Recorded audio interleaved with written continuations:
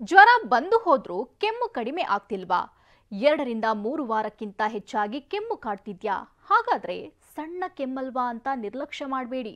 ಯಾಕಂದ್ರೆ ಬೆಂಗಳೂರಲ್ಲಿ viral infection ಜೊತೆ ಕ್ರಾನಿಕ್ ಕಫ್ ಕಾಡ್ತಿದೆ.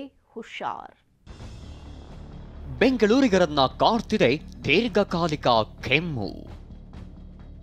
ವೈರಲ್ ಫೀವರ್, ಒಣಕೆಮ್ಮು, ಮಕ್ಕಳಿಗೂ ಡೇಂಜರ್. ಕೊರೋನಾ ಬಳಿಕ ಬೆಂಗಳೂರಿಗರು ಒಂದಿಲ್ಲೊಂದು ಸಮಸ್ಯೆಗೆ ತುತ್ತಾಗ್ತಾನೆ ಇದ್ದಾರೆ. ಅದರಲ್ಲೂ ಬಿಟ್ಟು ಬಿಟ್ಟು ಬರ್ತಿರೋ ಮಳೆ, ಬದಲಾದ ವಾತಾವರಣದಿಂದಾಗಿ ವೈರಲ್ ಫೀವರ್ ಹೆಚ್ಚಾಗ್ತಿದೆ.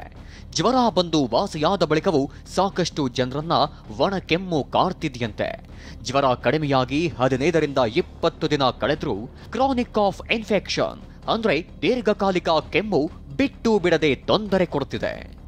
ಒಣಕೆಮ್ಮು ಹೆಚ್ಚಾಗ್ತಿರೋದ್ರಿಂದ ರೋಗಿಗಳಲ್ಲಿ ಅಸ್ತಮಾ, ಟಿಬಿ ಇದೆಯಾ ಅನ್ನೋ ಆತಂಕ ಶುರುವಾಗಿದೆ.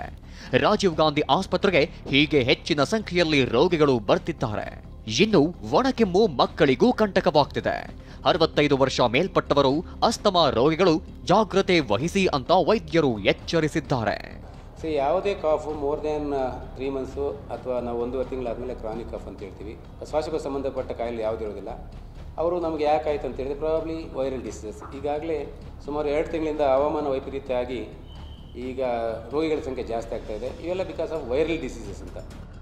ಇನ್ನು ನಗರದಲ್ಲಿ ಡೆಂಗಿ ನರ್ತನ ಮುಂದುವರೆದಿದೆ. ಜೊತೆಗೆ ವೈರಲ್ ಫೀವರ್ ಹೆಚ್ಚಾಗಿ ಬಾಧಿಸುತ್ತಿದೆ. ಸೊ ಜನರು ಆತಂಕಕ್ಕೆ ಒಳಗಾಗದೆ ಕೊಂಚ ಎಚ್ಚರಿಕೆ ವಹಿಸಬೇಕಿದೆ. ವಿನಯ್ ಕುಮಾರ್ ಕಾಶಪ್ಪನವರ್, TV9 ಬೆಂಗಳೂರು.